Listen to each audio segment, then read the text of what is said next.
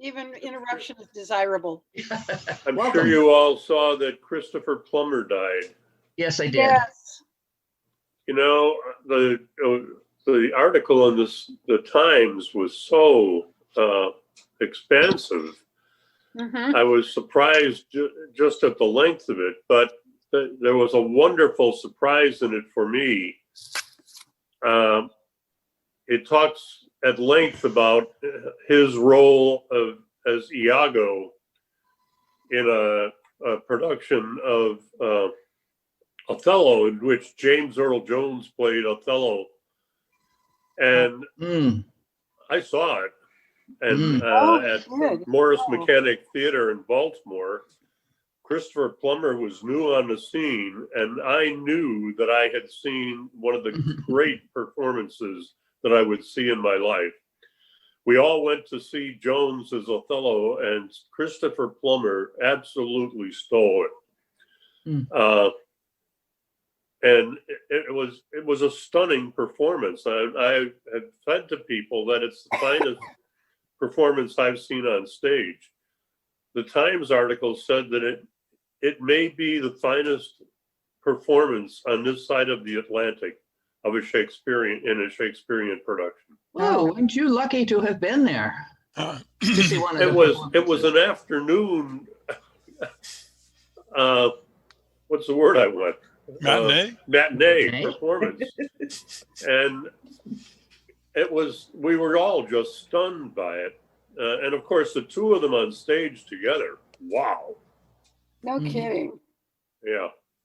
Well, you know, Shakespeare gives spotty direction. Not that I'm criticizing him for it, but there's a lot of what I've heard called directorial privilege in presenting Shakespeare and interpreting how he wants certain scenes played. At the end of Othello, Othello doesn't kill Iago, he kills himself, but it says that he wounds him. And in that production, the wound was that Othello ran his sword between Iago's legs and then drew it back out a little higher than where he inserted it. Whoa. It was, you know, a couple of years later, we all might have said, E.T. says, ouch.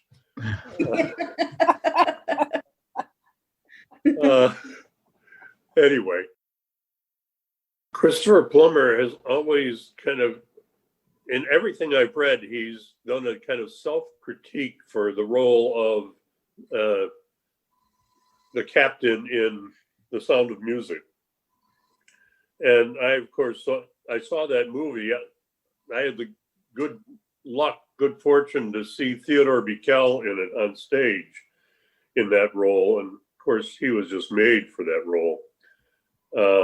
But I thought he was wonderful in it, Christopher Plummer. I wonder how it feels to be well renowned as a Shakespearean actor and have great credit in kind of the literary scene, and then do something as commercial as The Sound of Music.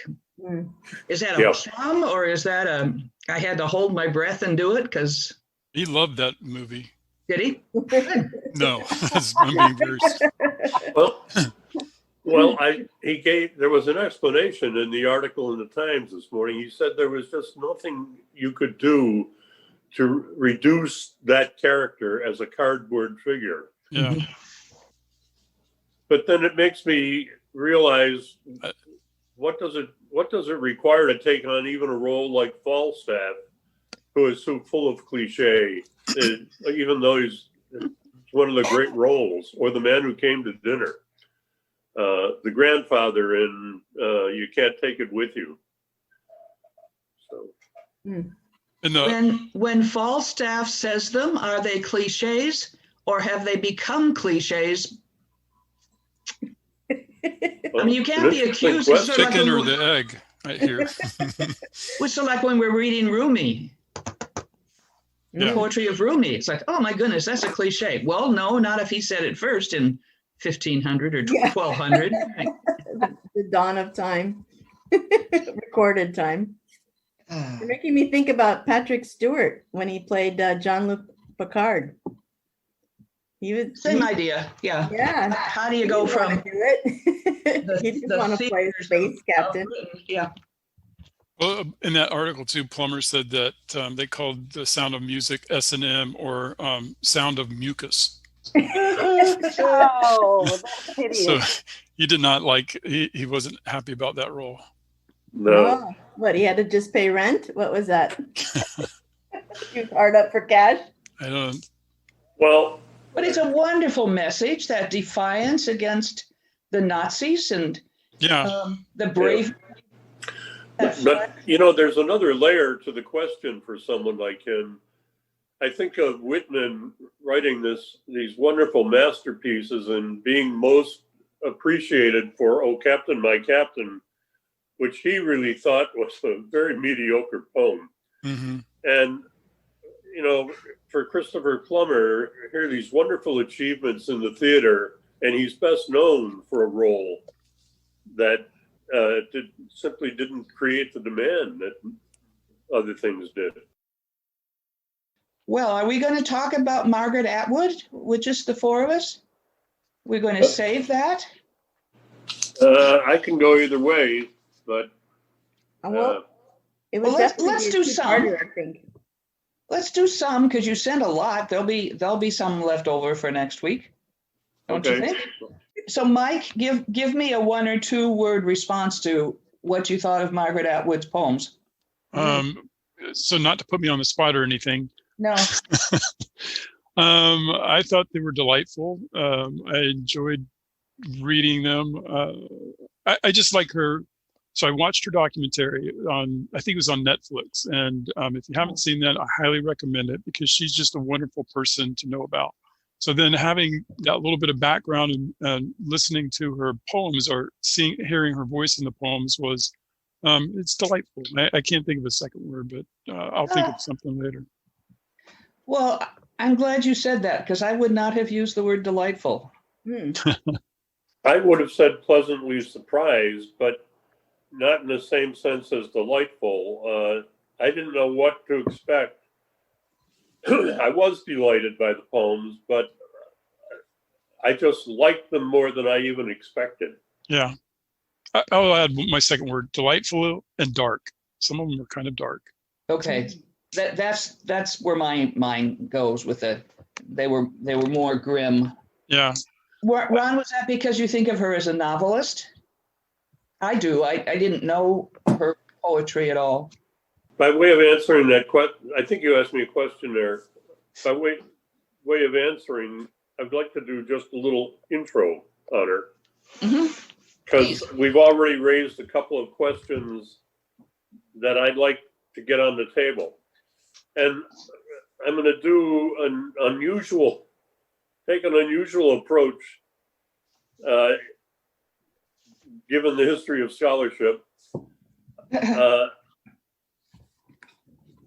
It took me a long time to come to Margaret Atwood's novels. I resisted reading The Handmaid's Tale because she's delightful. I did not want to read another dystopian novel. They're among the types of books and movies that aren't enjoyable for me. I can bear them, and I can watch any degree of tragedy on stage, but film and literature, fiction, written literature, are powerful media for me. And so I'm careful about that. Finally, last year, whenever the sequel came out, The Testaments, I thought, well, damn it, I better read these. And I was pleasantly surprised by the power of the novels, and especially given the admiration for Handmaid's Tale, I was in awe of her ability to produce a second novel like the one she wrote. I thought it was really powerful. And so when I saw Dearly, her new book of poems, reviewed in the Times, I thought, well, I'd like to get that, and I asked a friend for it and received it. And then when I sat down to read the poems, you know the rest.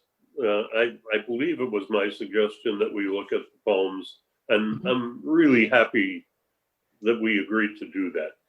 So I'm going to begin by reading. After the reading I've done on her, I was happy with the blurb on the book because it presents such good information so succinctly, and it also says some interesting things. So I'm just going to read it, and it won't take long. Margaret Atwood, whose work has been published in more than 45 countries, is the author of more than 50 books, including fiction, poetry, critical essays, and graphic novels.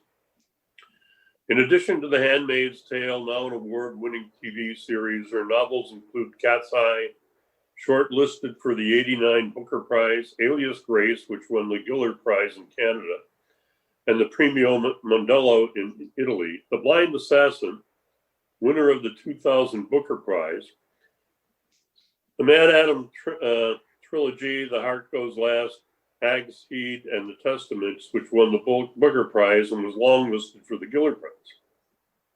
She's the recipient of numerous awards, including the Peace Prize of the German Book Trade, the Franz Kafka International Literary Prize, the Penn Center USA Lifetime Achievement Award, Los Angeles Times Innovators Award 2019. She was made a member of the Order of the Companions of Honor in Great Britain for his services to literature. She lives in Toronto.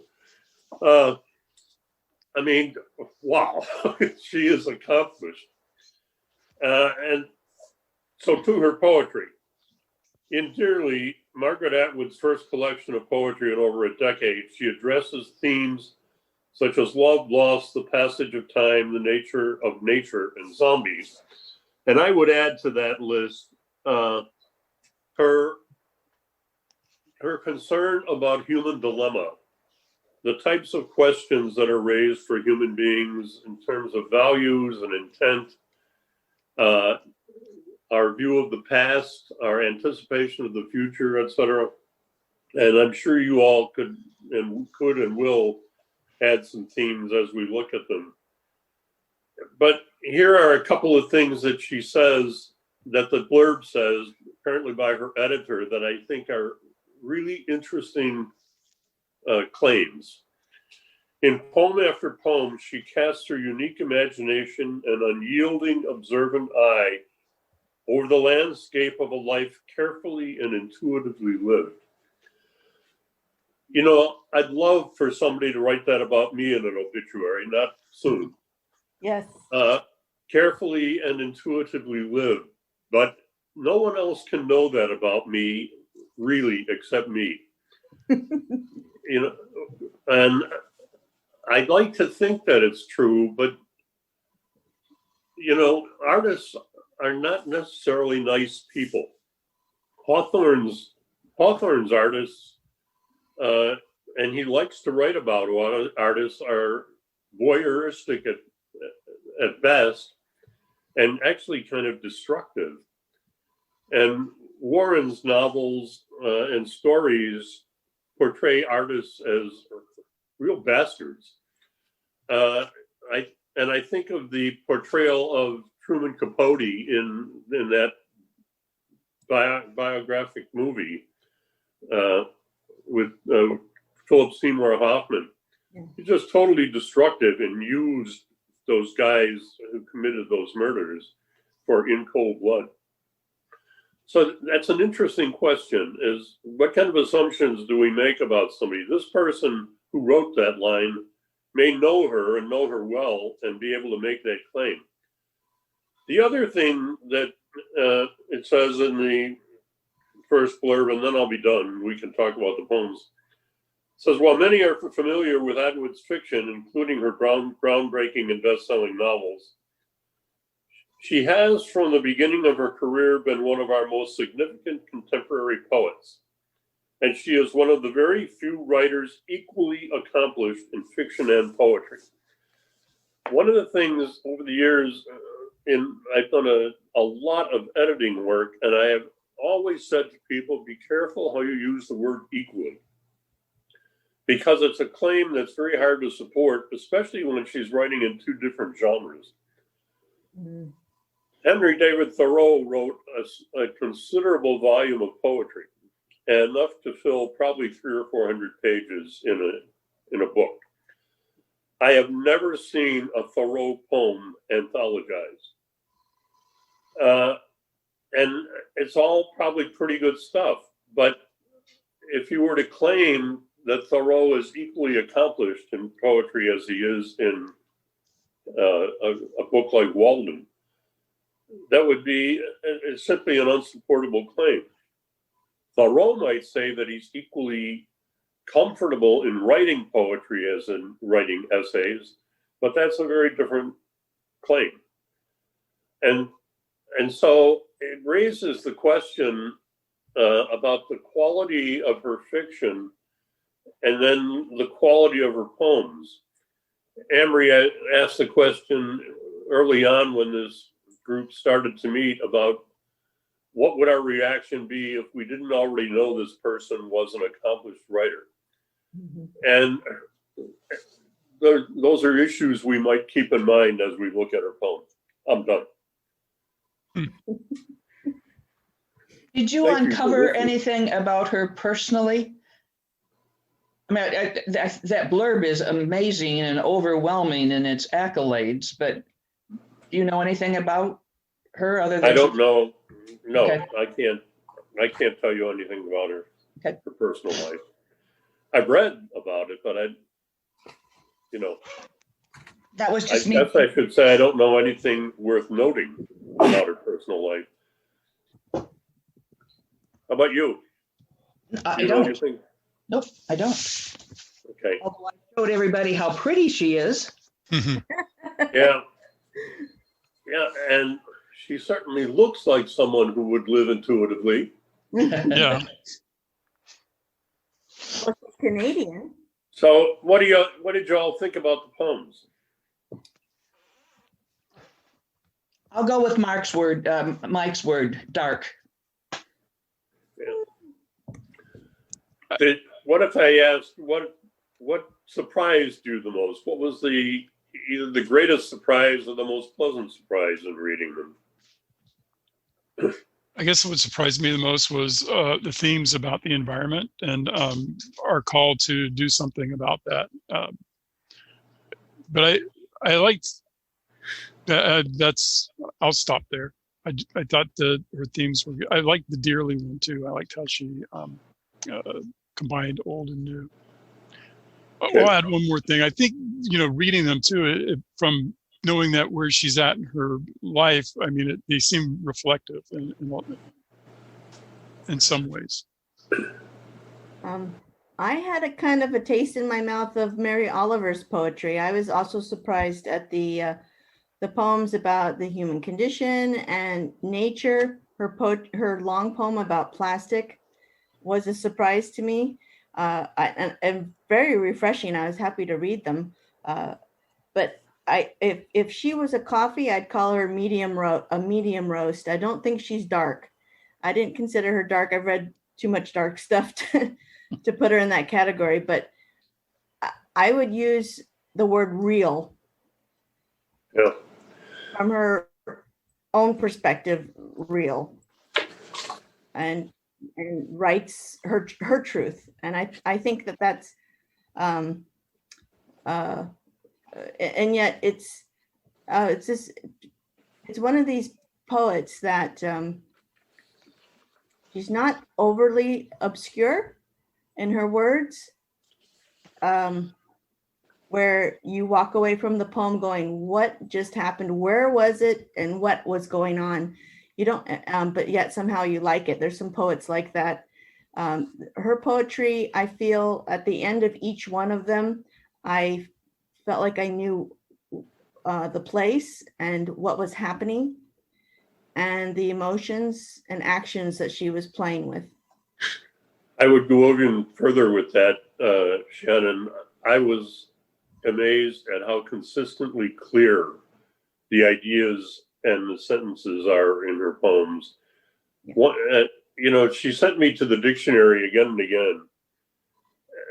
And I often look up words that I pretty well know, but I want to see what the dictionary will tell me to help me appreciate their value in that context. And it's not for her erudition, although it's clear that this is a wonderful intellect, but really for the precision of her vocabulary. But the poems were so accessible in terms of following the stream of ideas in them. But it was subtle at the same time. I feel like it's sort of like at the end of like, so what are we going to do about that? Here's this obnoxious thing that's happening, and then they're clear, but they're not simple. A.E. Housman came to mind for me, where it line after line of clarity, but on a lot of psychological complexity and ambiguity about the world we live in and about who we are. Anyone have a favorite that we might look at?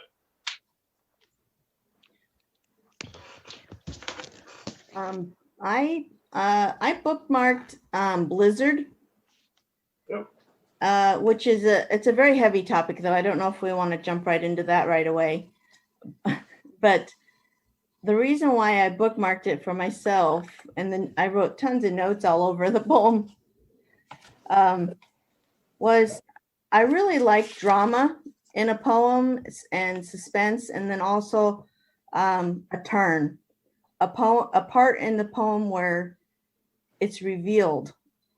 There's a revealing, and I really went through it not knowing what was going on until I felt like in the stanza that starts, meanwhile I watch a spider laying a trail across the ceiling, little dust messenger.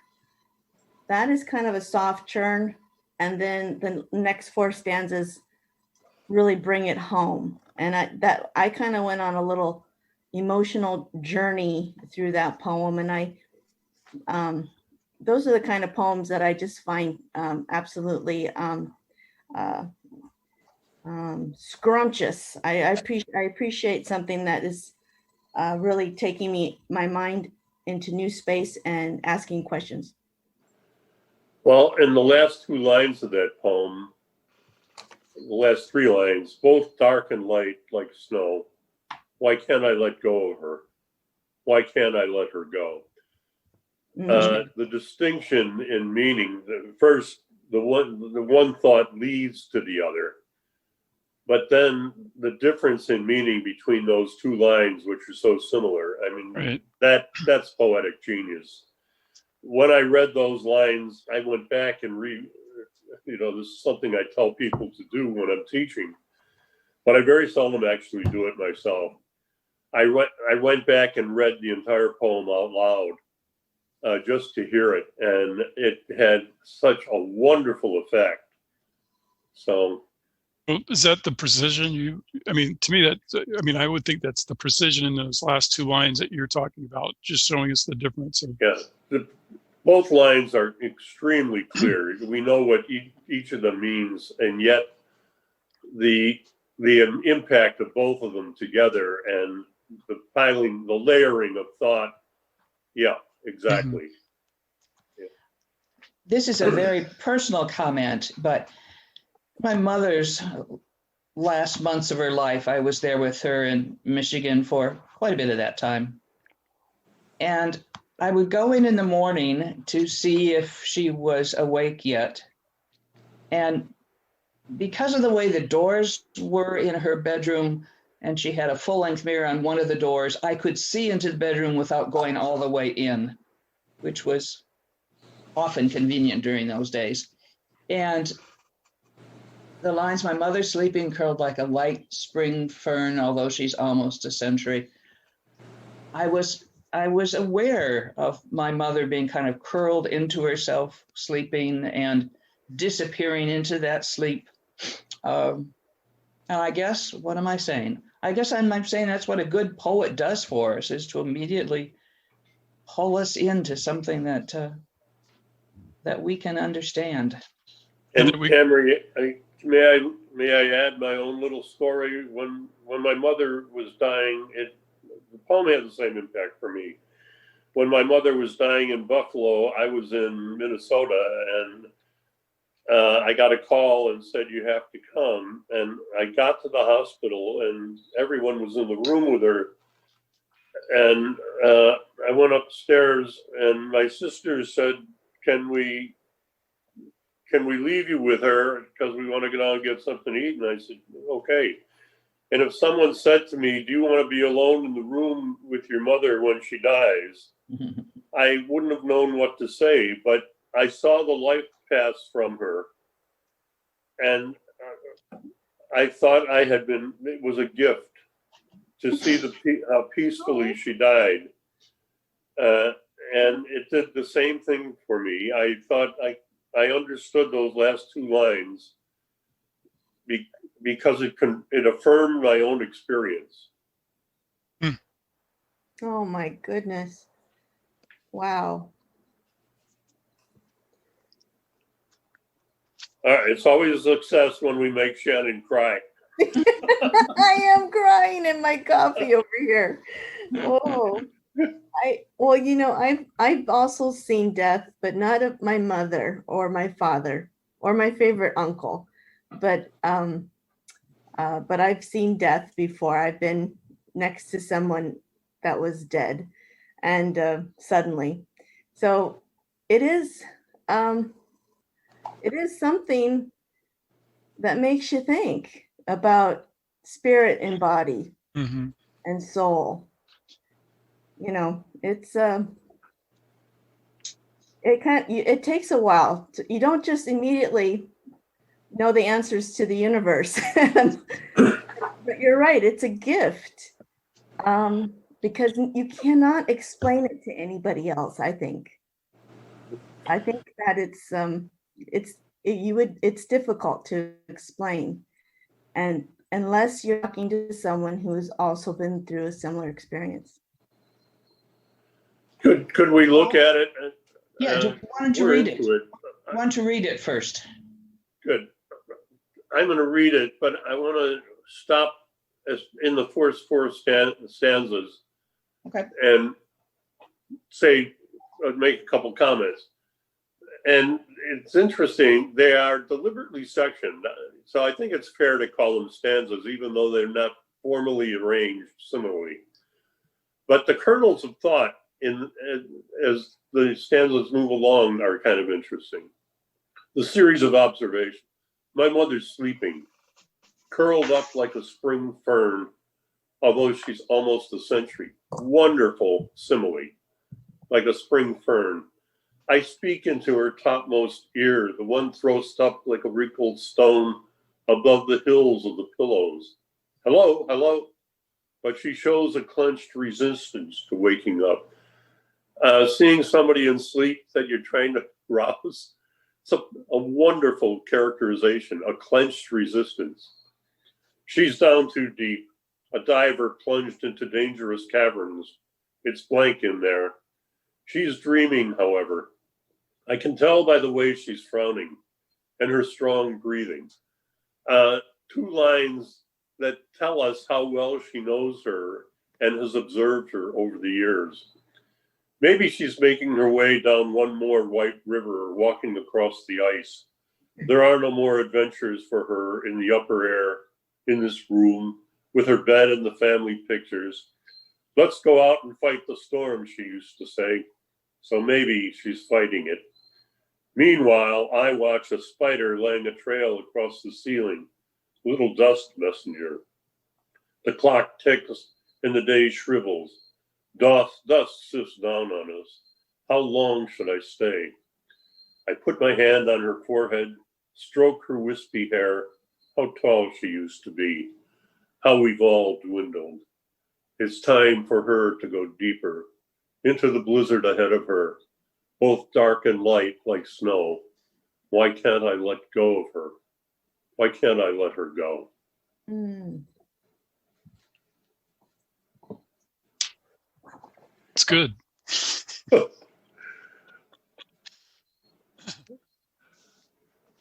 I just think you can tell I love the poem. I just think it's a wonderful poem, and it's not even the one that I highlighted. So,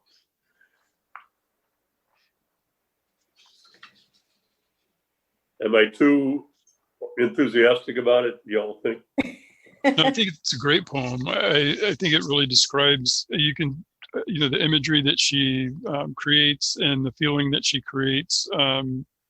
I mean, you can't help but get pulled into what she's experiencing. And I haven't seen somebody die before, but I have been with people who I know that this might be the last time that I see them. So it's going through that awkwardness of what you're processing yourself, as well as trying to understand what's going through that person and how you can comfort that person during that period. So I think it's a wonderful poem. My own version of what you just said, Mike, is that she keeps the focus on her mother throughout the poem. The poem is about her mother, but then we see all of this in her relationship with her mother and how she can generalize about the human condition in this series of kind of incidental observations. How tall she used to be, how long should I stay, how we've all dwindled.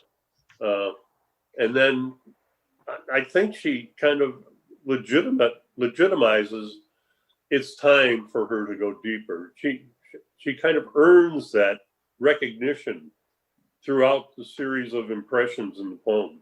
Mm-hmm. Ron, are these new poems? This isn't a collection. These are things she's done recently? I think so. Yeah, these are new poems. As I'm really influenced by that. I just look, she's 81. Mm-hmm. Yeah. So she was in her late 70s then when she wrote these. Probably. I mean, it takes a while to get a book out, but yeah, the book, the blurb tells us that it's her first book in 10 years of poems. I heard a podcast from her, and she was saying that they asked her, what's on your list of things to do next? And she says, I have a stack of poems that I'm putting together that I have written and that I'm going to put into a book. So I took from that this was the book that she then wrote, and these are all new poems. You know, while we're mulling, I might wait till later to say this, but I'll say it while I think of it. We very seldom, and even reading his poems throughout history and so on, there are very few single volumes that stand out for us.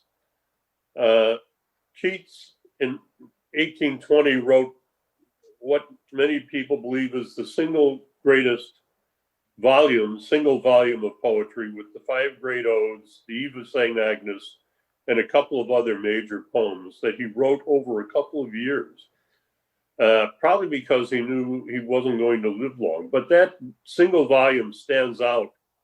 Tennyson went 10 years without writing after his first book of poems was published, and he wrote a book in 1842 called Poems Chiefly Lyrical.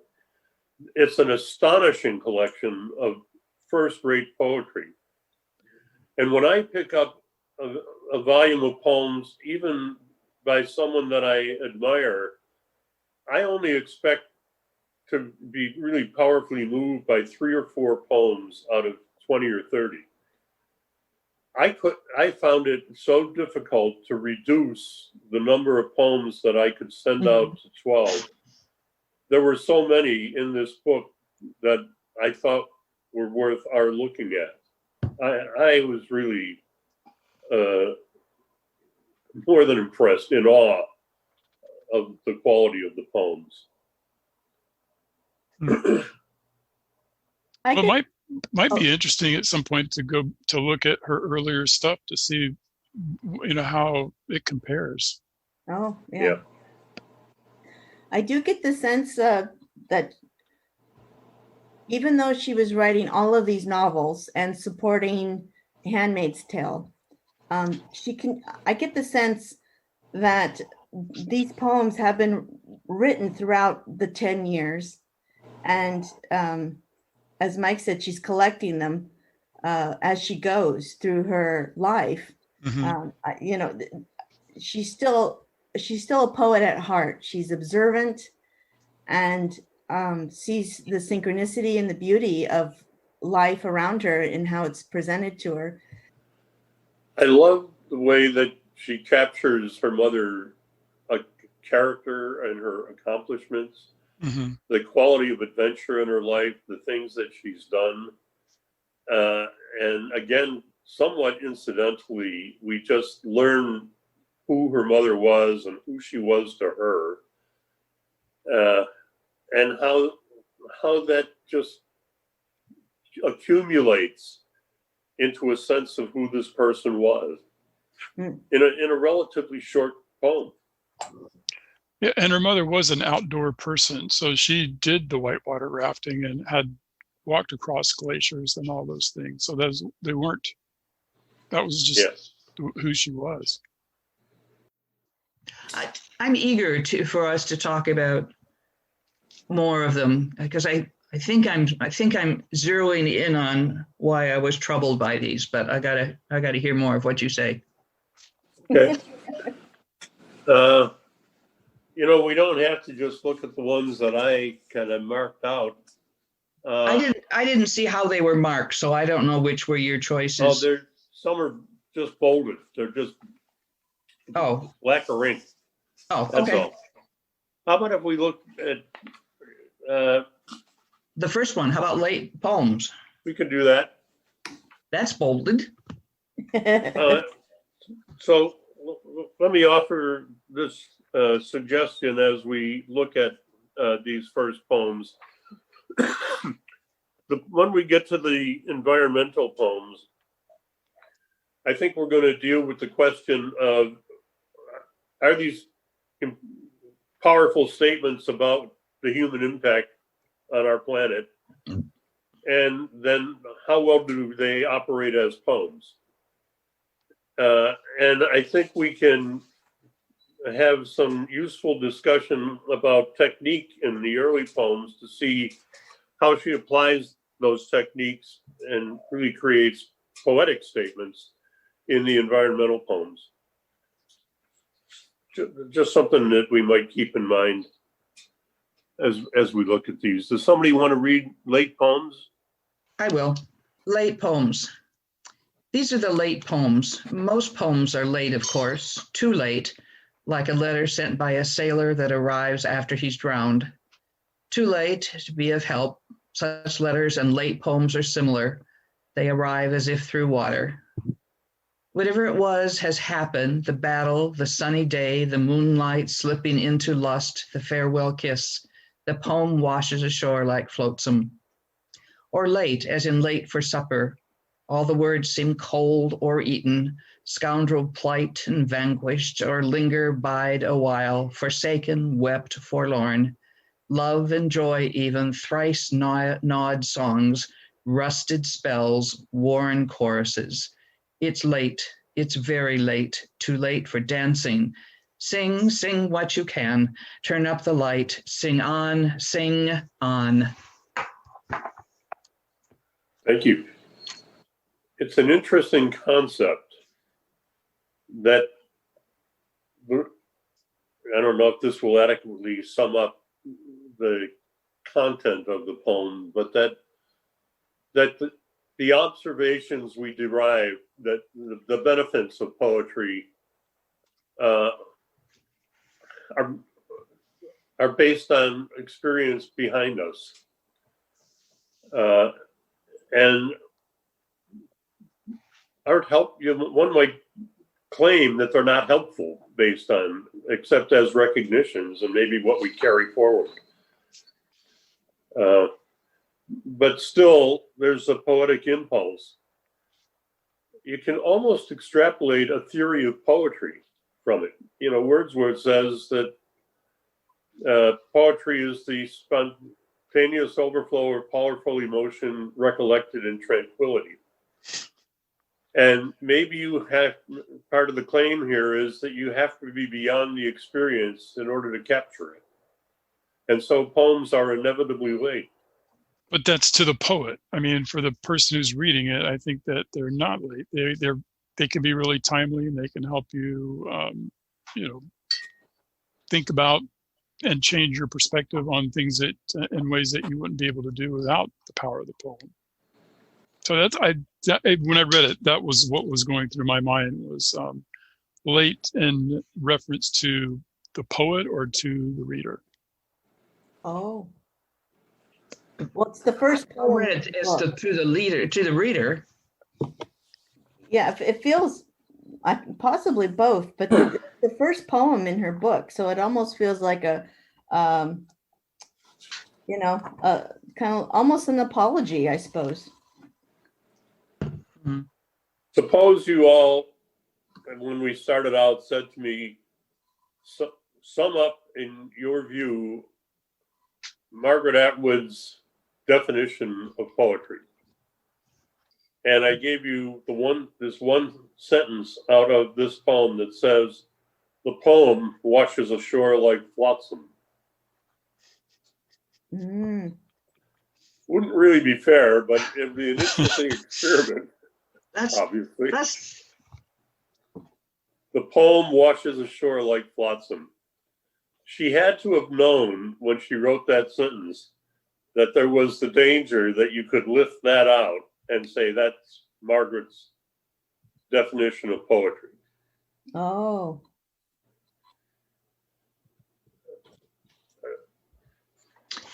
Because the poem operates that way for me. Among other things, it's an attempt to come to grip with the poetic sensibility. And yet at the end, that brave mantra, still sing what you can, turn up the light, sing on, sing on. After everything else that she said, it's courageous. I'm actually confused by the sing :on, capital O-N. I'm embarrassed to say. Well, What do you think about those lines? I'll take a shot because Okay. I've been grappling with it too. Okay. In the last stanza, she comes, as in many of her poems, to a kind of summation. It's late. It's very late. Too late for dancing. Still. So what do we do then? Sing what you can.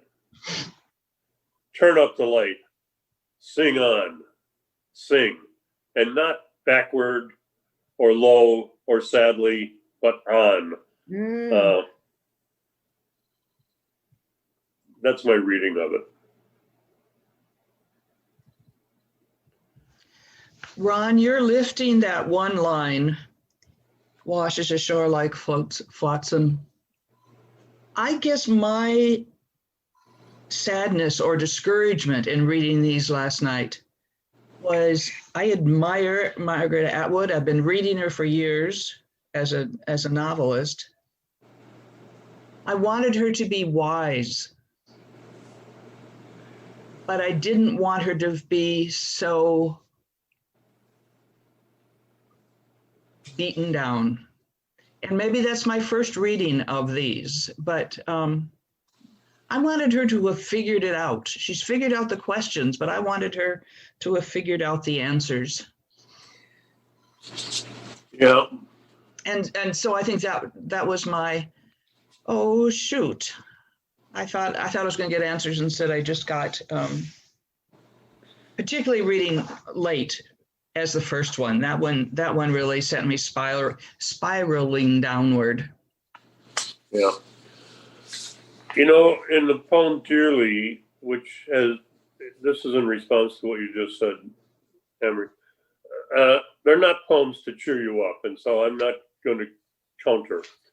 But in the last poem, the title poem, Dearly, for the volume, And I think it's important that she chose that word and that poem for her title. Almost toward the end, she says, along this street, this is on the second page of the poem, along this street there are many flowers, fading now because it is August and dusty, and heading into fall. Soon the chrysanthemums will bloom, flowers of the dead in France. Don't think this is morbid. It's just reality. Which is more morbid? Yeah. Morbid, I'm just telling you like it is. It sucks. I love the directness of that and the willingness to take it on. But I can't argue with you. And so there's a spirit in the poems for me that rescues them, I think, from simply lying down and saying, go ahead, throw dirt on me. You know? Do you feel comfort though, Amory? Do you feel comfort from her poetry, or are you Comfort? No. And selfishly, that's what I particularly because I hadn't explored it yet. I do own the book. I keep flashing it at you. Yes. And it had flowers on the cover and it said dearly. I expected it to be sweet, not soppy, but She gotcha. I love it. Here's how I have figured these things out. I am, excuse you, Amory, your age, and I have figured these things out. Instead, she's lined them all out, but Well, she did write The Handmaid's Tale. but she wrote that 60 years ago. She wrote the Testament recently. Well, you know, even if I had to sum up her poems in one word, which is usually not a very rewarding exercise, but I would say they're stark. Yes. And that's the beauty of them too. That the very thing that had me, would be too, but that was just unsettling to me was I didn't have to ponder what does she mean. They are stark. It's right there.